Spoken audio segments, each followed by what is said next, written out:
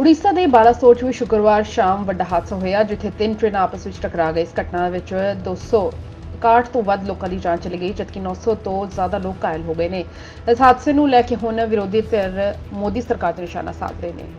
ਮਾਮਲੇ ਵਿੱਚ ਆਮ ਆਦਮੀ ਪਾਰਟੀ ਦੇ MP ਸੰਦੀਪ ਪਾਠਕ ਨੇ ਕਿਹਾ ਕਿ ਉੜੀਸਾ ਦੇ ਵਿੱਚ ਹੋਇਆ ਰੇਲ ਹਾਦਸਾ ਦਿਲ ਦਿਲਾਉਣ ਵਾਲਾ ਹੈ। ਜਿਨ੍ਹਾਂ ਲੋਕਾਂ ਨੇ ਆਪਣਿਆਂ ਨੂੰ ਖੋਇਆ ਮੈਂ ਉਹਨਾਂ ਪਰਿਵਾਰਾਂ ਦੇ ਨਾਲ ਹੈ। ਮੈਂ ਰੇਲਵੇ ਸਥਾਈ ਕਮੇਟੀ ਦਾ ਮੈਂਬਰ ਵੀ ਹਾਂ। ਇਸ ਦੀ ਪਿਛਲੀ ਮੀਟਿੰਗ ਵਿੱਚ ਸਾਰੀ ਦਿਖਾਵਟੀ ਗੱਲਾਂ ਕੀਤੀ ਗਈ ਸੀ। ਮੈਂ ਮੀਟਿੰਗ ਵਿੱਚ ਕਿਹਾ ਸੀ ਕਿ ਸਭ ਤੋਂ ਪਹਿਲਾਂ ਸੇਫਟੀ ਤੋਂ ਜੁੜੇ ਕੰਮ ਪੂਰੇ ਕਰਵਾਏ ਜਾਣ। ਉਹਨਾਂ ਨੇ ਕਿਹਾ ਕਿ ਮੈਂ ਕਿਹਾ ਸੀ ਕਿ ਐਂਟੀ ਕੋਲਾਈਜ਼ਨ ਐਂਟੀ ਡਿਰੇਲਮੈਂਟ ਸਿਸਟਮ ਹਾਲੇ ਤੱਕ ਸਾਰੀ ਟ੍ਰੇਨਾਂ ਵਿੱਚ ਨਹੀਂ ਹੈ। ਪਹਿਲਾਂ ਟ੍ਰੇਨ ਸੁਰੱਖਿਆ ਦੇ ਸਾਰੇ सिस्टम लगाए जान। बिना सुरक्षा सिस्टम दे रेलवे भगवान भरोसे चल रही है। इस तरीके तो सिर्फ PR और दिखावे तो देश बर्बाद हो जाएगा।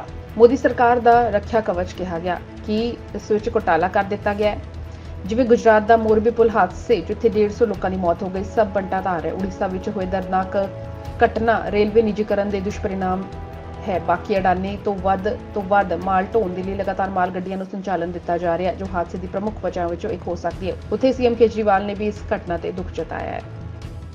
नमस्कार। आज उड़ीसा में जो रेल दुर्घटना हुई है उसमें लगभग 200 से ज्यादा लोगों की जान जा चुकी है अभी तक और 900 से ज्यादा लोग घायल हैं।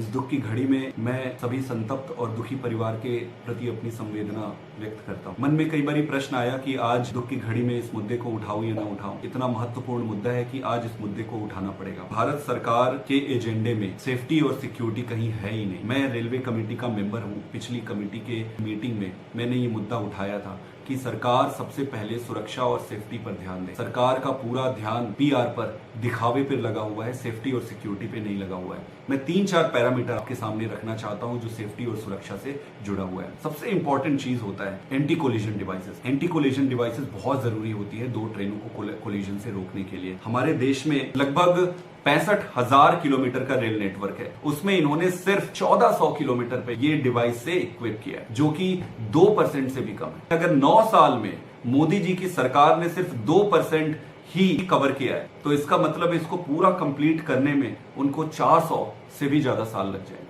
अगर ट्रेन के हिसाब से देखें तो हमारे देश में 23,000 के आसपास ट्रेन है। कहीं हमें इंफॉर्मेशन मिला है सिर्फ 65 ट्रेनों पर इन्होंने एंटी कोलिजन डिवाइस लगाया है जो कि 0.2% से भी कम है। ये स्पष्ट करता है कि सरकार की प्राथमिकता सेफ्टी पर नहीं है। एक और चीज मैं आपको बताता हूँ। एक डिवाइस होता है एंटी डीरेलमेंट डिटेक्टर डिवाइसेस। 2014 में सरकार ने ये कहा था 2014 से एंटी डीरेलमेंट डिवाइसेस सभी नेटवर्क पर लगाएंगे। इसका अभी तक कोई ब्यौरा नहीं है कि कितनी जगहों पर इन्होंने लगाया है, कितना इस पर काम हुआ है। एक और इम्पोर्टेंट चीज है जो रेलवे ट्रैक होती है उसके अपग्रेडेशन का। डीरेलमेंट को रोकने के लिए बहुत इंपॉर्टेंट होता है कि रेलवे ट्रैक्स को अपग्रेड किया जाए। तो 65,000 किलोमीटर के ट्रैक नेटवर्क में सिर्फ 37,000 किलोमीटर है जिसको इन्होंने तक अपग्रेड किया है जो कि सिर्फ 50% है। तो मुझे ये लगता है कि आपका ट्रैक सिर्फ 50% अपग्रेडेड है। आपके पास एंटी कोलिजन डिवाइसेस सिर्फ 2% से कम है। आपके पास एडवांस सिग्नलिंग सिस्टम आप कहते हैं कि आपने सभी जगह लगाया है और अगर एडवांस सिग्नलिंग सिस्टम आपने सभी जगह लगा दिया है तो फिर वो काम क्यों नहीं कर रहा है?